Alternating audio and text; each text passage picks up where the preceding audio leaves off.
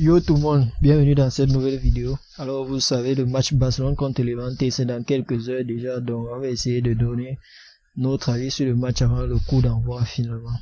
Donc sans plus tarder, on va entrer dans le vif du sujet. Vous savez que Barça est sur une mauvaise série de défaites, on a perdu nos deux derniers matchs, donc il va falloir commencer à gagner pour essayer de remonter la panne, mais et non seulement gagner aujourd'hui, parce que nos prochains matchs aussi, c'est des matchs contre des gros.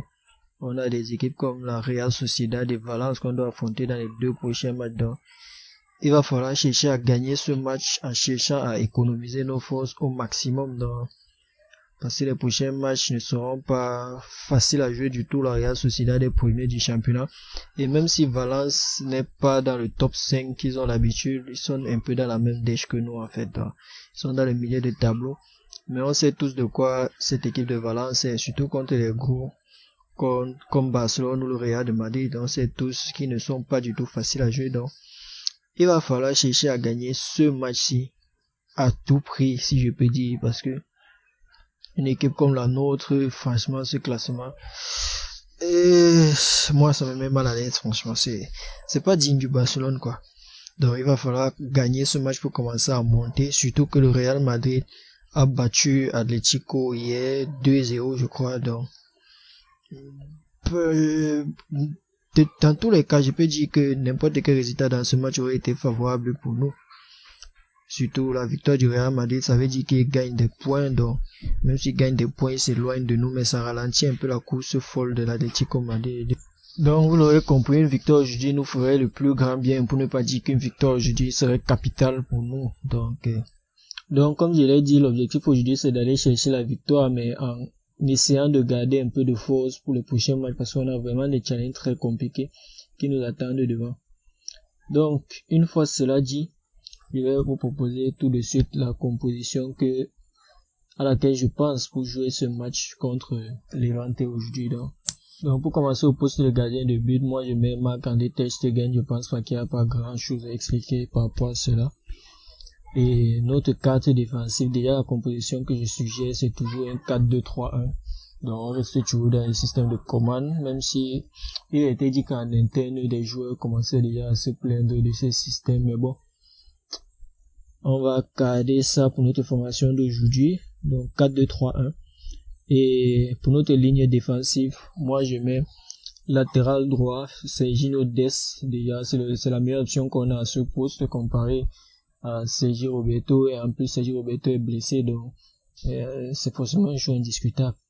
En latéral gauche, cette fois-ci, je mettrai plutôt Junior Firpo pour ce match, parce que on sait tous que Jordi Alba c'est l'un des tauliers de notre équipe, mais on sait aussi qu'il commence à être fragile physiquement avec l'âge et tout, donc et il a enchaîné nos 4 derniers matchs, donc c'est un joueur qui a besoin de beaucoup de repos, et comme j'ai dit, il va falloir penser aussi aux 2 prochains matchs qu'on a joués, parce que ce sont des matchs qui se promettent d'être assez compliqués. Donc à mon avis, il va falloir reposer Alba et donner la chance à Firpo.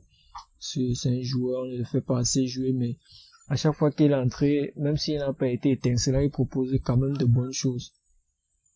Donc dans l'axe, moi je propose une charnière l'anglais Mingueza, parce que des 3 matchs qu'on aura à jouer, celui-ci est l'un des plus faciles, donc je propose qu'on le fasse jouer lui plutôt. En plus, il propose des bonnes choses, donc je pense qu'il devrait pouvoir gérer à côté de l'anglais. Et dès les prochains matchs, faire jouer Araujo, puisque Piqué son retour n'est pas encore proche, mais dès les prochains matchs, reposer Araujo pour ce match en donnant sa chance à Mingueza, et dès les prochains matchs, on pourra mettre Araujo titulaire. Et au milieu des terrains, c'est là que ça va commencer, que mes choix vont commencer à devenir un peu bizarres. Mais au milieu des terrains, je propose un double pivot, Sergio Busquets et Pjanic. Beaucoup de personnes vont me tomber dessus, mais je vous avoue que moi, je suis plus le plus grand fan de Busquets. Je suis pour qu'on le fasse se reposer et tout, mais Busquets, ça reste quand même l'un de nos meilleurs milieux de terrain, en fait.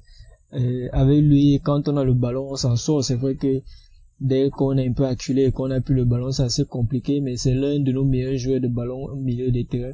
Et puis vous aurez notamment remarqué l'absence de Frenkie de Jong, bref, comme tout le monde en fait, on aime bien De Jong, on pense que c'est l'un des meilleurs milieux de terrain du monde, mais il joue beaucoup de matchs et franchement, il n'essaye pas d'élever le niveau en fait quoi. Donc il va falloir peut-être, et puis il a enchaîné beaucoup de matchs, donc rien que le fait qu'ils doivent se reposer pour jouer nos gros matchs comme on a dit. Et puis peut-être que en se reposant pour ce match, il reviendra plus fort dès les prochains matchs. On connaît tous ce talent de Dieu, mais pour l'instant, il ne nous montre pas ce qu'on sait qu'il peut nous montrer, ce qu'on attend de lui en fait. Donc c'est pourquoi je propose un double pivot, Busquets, Pjanic. En plus, ce sera une bonne excuse pour dire qu'il faut reposer Busquets dès les prochains matchs. C'est vrai que beaucoup d'entre vous attendent Riqui Puig, vous l'attendez certainement. Mais moi aussi, je veux le voir jouer, mais pas forcément titulaire. Et puis, il nous montre de très bonnes choses quand il entre en jeu, mais pas le jeter immédiatement titulaire comme ça dans un match où on a besoin de gagner. Comme j'ai dit, vous allez le constater à la fin. J'ai essayé de monter une équipe pour aller nous chercher la victoire, même si on a pu constater contre Cadiz qu'en alignant forcément notre top 11, ce n'est pas forcément la victoire qui nous attend. Non, mais rien que les noms déjà. Donc, comme je disais, Busquets et Pjanic à milieu de terrain. Riqui Puig, moi, il le fait entrer en deuxième mi-temps à la place de Busquets, ou bien avoir selon la performance des joueurs qui sont là en double pivot. Donc, ouais. Et en 10, bref, on va faire toute la ligne d'attaque une fois, puisque les quatre vont ensemble, à mon avis. Donc, vous pouvez le constater, en 10, je mets Coutinho, à gauche Griezmann, à droite Messi, et en avant-centre Braithwaite. Parce que Braithwaite, on a beau le critiquer, c'est un joueur assez mitigé, moi-même je le critique assez souvent. Mais bref, je le critiquais assez souvent depuis la saison passée, mais il faut avouer que Braithwaite, c'est tant quand il joue, et il a quelque chose qu'on ne retrouve pas chez la plupart des joueurs de Barcelone, quoi. Il a cet engagement, quand je le vois jouer en fait, il a de l'engagement, il veut, et il propose quelque chose en tant qu'avant-centre, en fait, Braithwaite, quand il est là, avant-centre, je vois qu'on a un avant-centre, même si c'est pas le meilleur attaquant du monde. Moi, dans le jeu, je vois qu'on a un avant-centre, contrairement à quand on met Griezmann. Moi, perso, quand Griezmann est avant-centre, je le cherche tout le temps au stade. On n'a jamais d'avant-centre, donc, on ne sait pas quel poste il joue finalement, il revient en milieu de terrain et tout, il se promène un peu trop, donc. Il préféré le cantonner du côté gauche. C'est vrai que au dernier match, il avait été mis dans l'axe et Coutinho, contre Cadiz en fait, il avait été mis en 10 et Coutinho à gauche avec un Braithwaite avant-centre par l'entraîneur Koeman. Mais aujourd'hui, je propose d'alterner et donner le rôle de 10 à Coutinho et de bloquer Griezmann sur le côté gauche, même si c'est vrai qu'il est gaucher. On va voir ce que ça donne.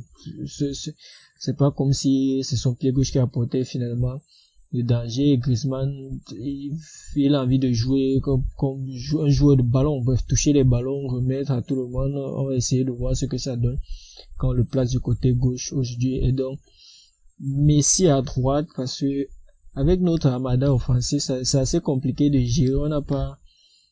On a une armée de 10 en fait. On a Griezmann, Coutinho, Lionel Messi qui tous veulent jouer en 10 en fait. Et finalement, c'est plus évident de gérer. Mais à mon avis, il va falloir faire des choix avec les compétences de chaque joueur. Et Lionel Messi, lui, même si ce n'est pas le meilleur ailier, même s'il n'est plus le meilleur ailier du monde sur le côté droit, ni même du Barça sur ce côté droit, parmi les trois joueurs qu'on a, ça reste la meilleure option pour jouer de ce côté droit-là. Et surtout avec Serginho Dest, peut-être que on aura l'occasion de revoir des combinaisons à la Dani Alves et Lionel Messi. Je sais pas, c'est à voir ce que ça donne tout à l'heure pendant le match. Donc les gars, c'était un peu ma composition pour le match de tout à l'heure où on va affronter Levante. J'espère qu'on va gagner aujourd'hui. Donc j'ai assez mal quand je vois la situation du Barcelone. Donc j'espère qu'on ira chercher une victoire, peu importe ce que Koeman décide d'aligner au stade. Mais je pense que la victoire est surtout passée par le mental des joueurs. Le mental des joueurs, aussi la force de caractère qu'ils vont apporter, qu'ils vont essayer d'imposer à leur adversaire, quoi. Donc, et je vous remercie d'avoir regardé cette vidéo. Laissez le like si elle vous a plu. N'oubliez pas de commenter et de partager à un maximum de personnes avant le match, même si vous avez 2 heures pour le faire. Go partager la vidéo au maximum de personnes et on se retrouve pour le débrief